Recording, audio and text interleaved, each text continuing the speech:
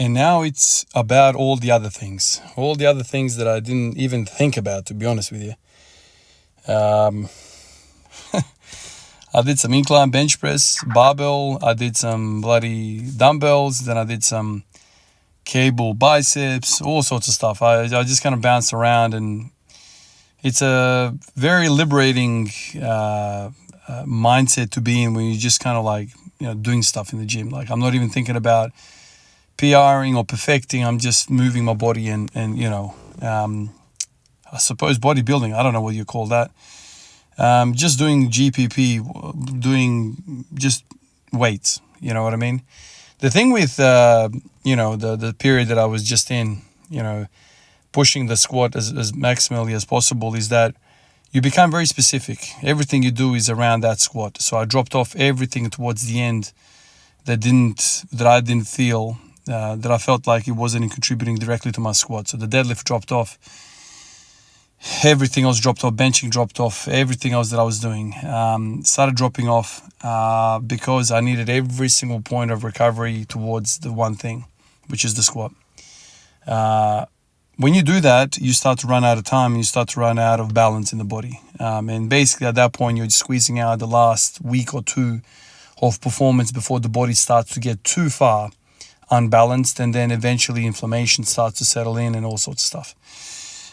Pains and strains and all that kind of stuff. And you think to yourself, why do that? Why just continue doing what you were doing before? The trouble is that doesn't allow you to be really strong, really specific in one movement. If I'm wasting myself on bench press on any day of the week, I'm taking away from recovery from the other stuff that I just did before, which is the leg day and the back day.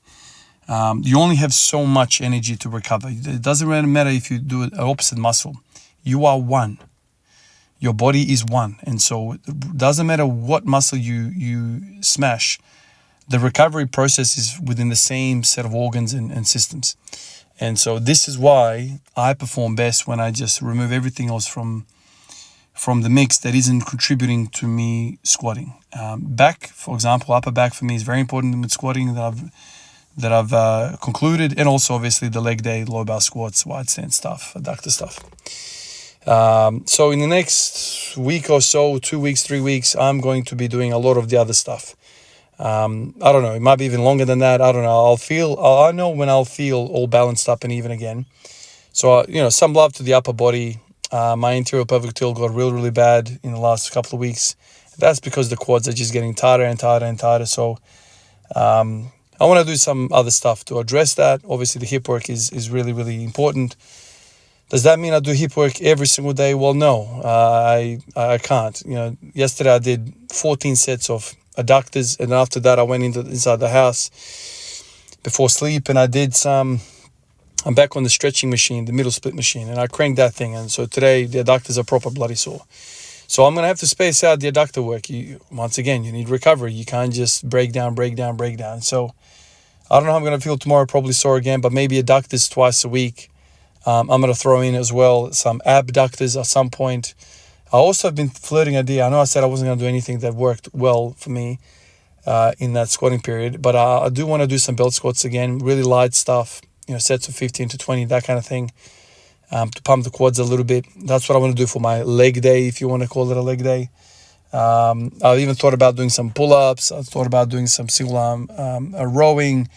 Just a whole host, all the stuff that I didn't do that I once enjoyed, I'm going to get back to it. No plans. I don't care about the weights. I don't care about the weights that I'm using. It's all about contraction, pumping, all that kind of stuff, all the feel-good stuff.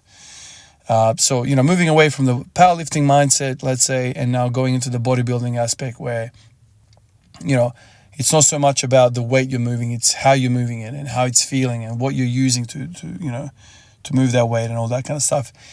It might appear to be the exact same thing, but it's vastly, vastly different, man. There's a difference between moving weight and contracting your muscle and focusing on that. It might all look the same to an untrained eye, but it's very, very different. So I want to move away from the weights now and do some, lighter stuff and really focusing on what I'm doing. I want to do some shoulder works. I want to do some flies. Flies I meant to do today, but after I think I stuffed up, I did my biceps. should have done my biceps last, because now my biceps are really, really spent and really, smashed. I really don't want to stretch them now. I might do some flies tomorrow. All that stuff. Some pullovers. Oh my God, I've got a million different things that I'd want to do.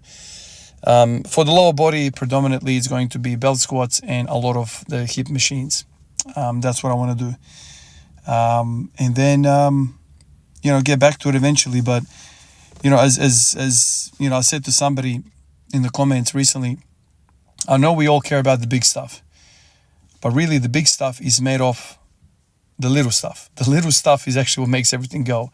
Yeah, the little stuff is not going to get the rewards, obviously, but you really need to be balanced, and then you attack the big stuff. And the big stuff eventually starts to hurt you. It starts to hurt you, and then you got to use the little stuff again to rebuild you, and off you go in circles. That doesn't mean you carpet bomb everything, you do everything all the time. There are in seasons, off seasons, there are deloads, there are all that kind of stuff. You need to go through these periods. Your mind also needs to have a break. Walking up to 5-plate squat, M plus, it's, you might not realize it, but it's actually a lot of arousal. Like, you need to be, up and about for this stuff. You can't just yawn your way through that. Like, there's a certain mindset, and I'm actually looking forward to not being aggressive towards the bar. I might not show aggression to you guys on the video, but internally I'm saying all sorts of stuff to myself, and I'm really, really amped up. The fact that I don't have to worry about that for the next few weeks is just, there's like it's almost like a different mood. It's like a different energy about me. I'm more friendlier. Not that I'm an unfriendly guy, whatever. It's just, there's a certain type of aggression that you need in order to be attacking big weights. And even after attacking the weights, you're still highly strung. So I'm looking forward to just taking a chill pill and just moving some weight. That's kind of cool. Appreciate you guys. I'll catch you in the next one. Peace out.